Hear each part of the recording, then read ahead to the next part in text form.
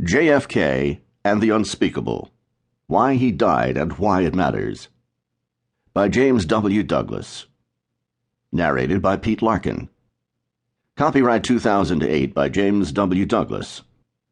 This unabridged audiobook is published by arrangement with Orbis Books and was produced in the year 2011 by Tantor Media Incorporated, which holds the copyright thereto. Preface.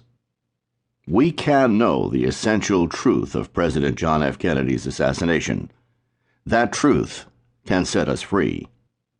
Thanks to the pioneer investigators into President Kennedy's murder, the truth-telling of many witnesses, and a recent flood of documents through the JFK Records Act, the truth is available. Not only can the conspiracy that most Americans have thought was likely now be seen in detail, not only can we know what happened in Dallas. More important than filling in the crime scene, we can know the larger historical context of the assassination, why President Kennedy was murdered.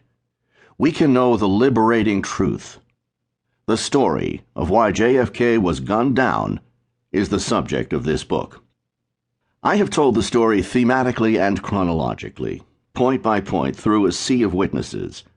In brief, that story is: on our behalf, at the height of the Cold War, John F. Kennedy risked committing the greatest crime in history, starting a nuclear war.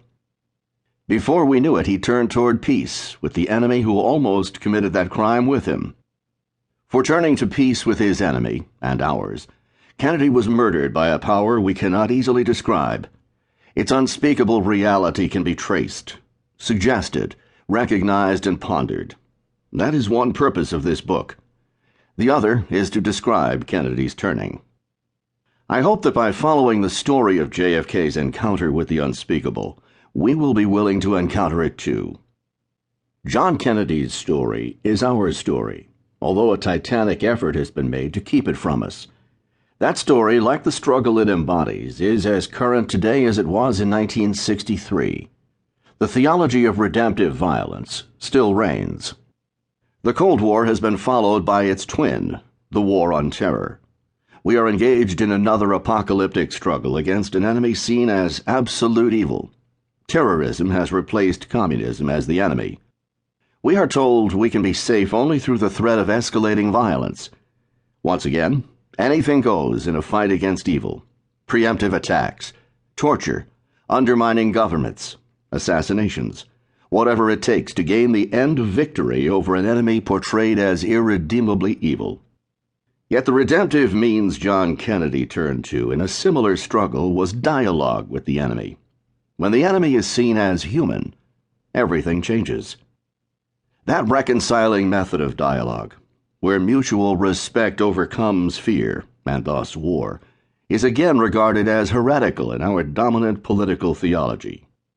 As a result, seeking truth in our opponents instead of victory over them can lead, as it did in the case of Kennedy, to one's isolation and death as a traitor.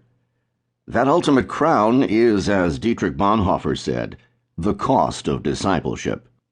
There is no better reason for it than loving one's enemies. Not a sentimental love, but first of all, respect. Respect means recognizing and acknowledging our enemies part of the truth, whether or not that makes life more difficult for us. Recognizing his enemies' truths made life much more difficult and finally impossible for Kennedy, leaving us with the responsibility of recognizing the painfully obvious truth of Kennedy's death. As recent polls indicate, 3 out of 4 Americans believe Kennedy was killed by a conspiracy. The evidence has long pointed toward our own government. Yet with recurrent defenses of the Warren Commission, conjectures of mob plots, and attacks on Kennedy's character, we in this media-drenched society drink the waters of uncertainty. We believe we cannot know, a truth whose basic evidence has been present since the work of the Warren Commission's earliest critics. Could there be a deeper reason for our reluctance to know the truth? Is our wariness of the truth of JFK's assassination rooted in our fear of truth's consequences, to him and to us? For President Kennedy, a deepening commitment to dialogue with our enemies proved fatal. If we are unwilling as citizens to deal with